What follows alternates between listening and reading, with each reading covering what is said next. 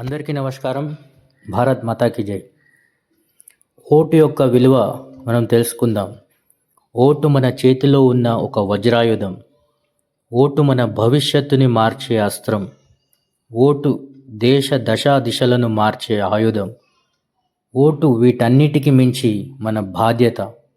అలాంటి ఓటుని మనం వినియోగించుకుందాం. ప్రతి ఒక్కరం కూడా ఓటింగ్లో పాల్గొందాం. ఏ దేశానికైనా మంచి అభివృద్ధి సాధించాలంటే ఖచ్చితంగా శక్తివంతమైన నాయకుడు ఎంతో అవసరం. మరియు దేశం శక్తివంతుడైన నాయకుడిని ఎన్నుకున్నప్పుడే మన బంగారు భవిష్యత్తుకి పునాదులు వేయగలం. ప్రజాస్వామిక భారతదేశంలో ప్రతి పౌరుడికి కుల, మత, అంగ, వర్గ, ప్రాంత భేదం లేకుండా ఓటును వినియోగించుకునే హక్కు ఉంది. సమర్థవంతమైన నాయకుడిని ఎన్నుకోవడంపై దేశ భవిష్యత్తు ఆధారపడి ఉంటుంది. కాబట్టి రాబోయే తరాలు ఆదర్శంగా నిలిచే విధంగా ఓటు హక్కుని వినియోగించుకునేలా ఓటింగ్ యొక్క ఆవశ్యకతపై అవగాహన కోసం మనం తెలుసుకుందాం. ఓటు అనేది చాలా విలువైనది. మనం ప్రజాస్వామికంలో ఓటును వినియోగించడం ద్వారా శక్తివంతమైన నాయకుడిని ఎన్నుకుంటాం. నేను ఒక్కడినే ఓటు వేయకపోతే ఏమవుతుంది? ఇది చాలామందికి నెలకొని ఉన్న అభిప్రాయం. ఈ అభిప్రాయాన్ని మార్చుకోవాల్సి ఉంది. ఒక ఓటుతో కొందరి పదవులు తలకిందులవుతాయి.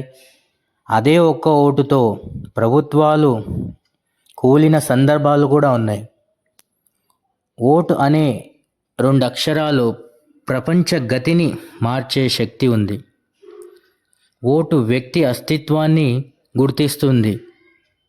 వ్యవస్థ మార్పుకు నాంది పలుకుతుంది. ఈ ఒక్క ఓటు ప్రజల మనోభావాలను ప్రకటించుకునేందుకు ఒక చక్కటి అవకాశం. ఓటు అనే వజ్రాయుధం రాజకీయ పార్టీల జాతకాలను మార్చుంది.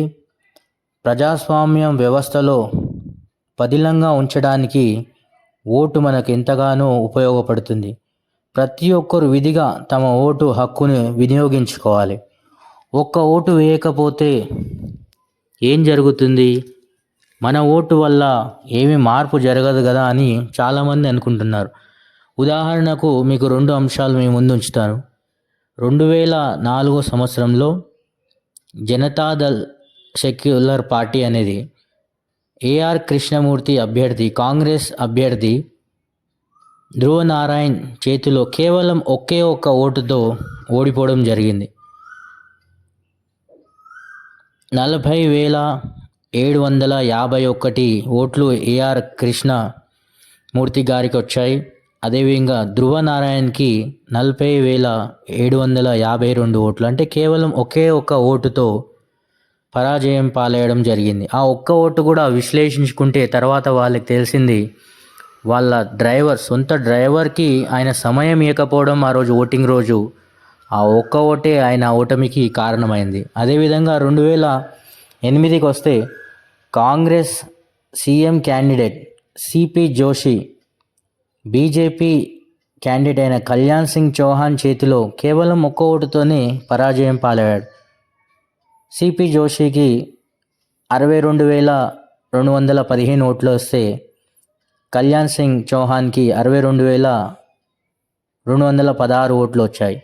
దీన్ని కూడా విశ్లేషించుకుంటే వాళ్ళ ఇంట్లో ఉన్న సతీమణి, అలాగే వారి మాతృమూర్తి, అలాగే వారి డ్రైవర్, ఈ ముగ్గురు కూడా ఓటు హక్కుని వినియోగించుకోలేదు.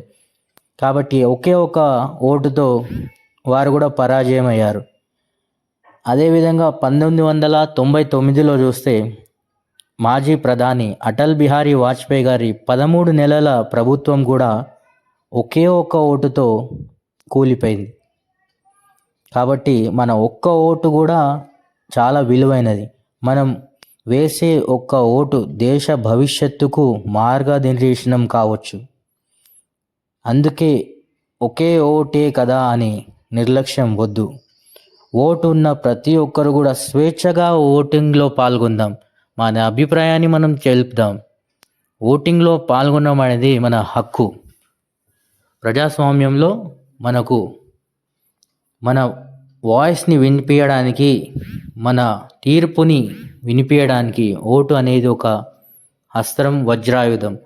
కాబట్టి ప్రతి ఒక్కరు కూడా ఓటింగ్లో పాల్గొంటారని, వీలైనంత వరకు అవేర్నెస్ని మన చుట్టుపక్కల కల్పించి ఓటు అనేది మనం ప్రతి ఒక్కరం కూడా వెళ్ళి భారతదేశ ప్రజాస్వామ్యాన్ని కాపాడుకోవడానికి ఓటింగ్లో పాల్గొందాం.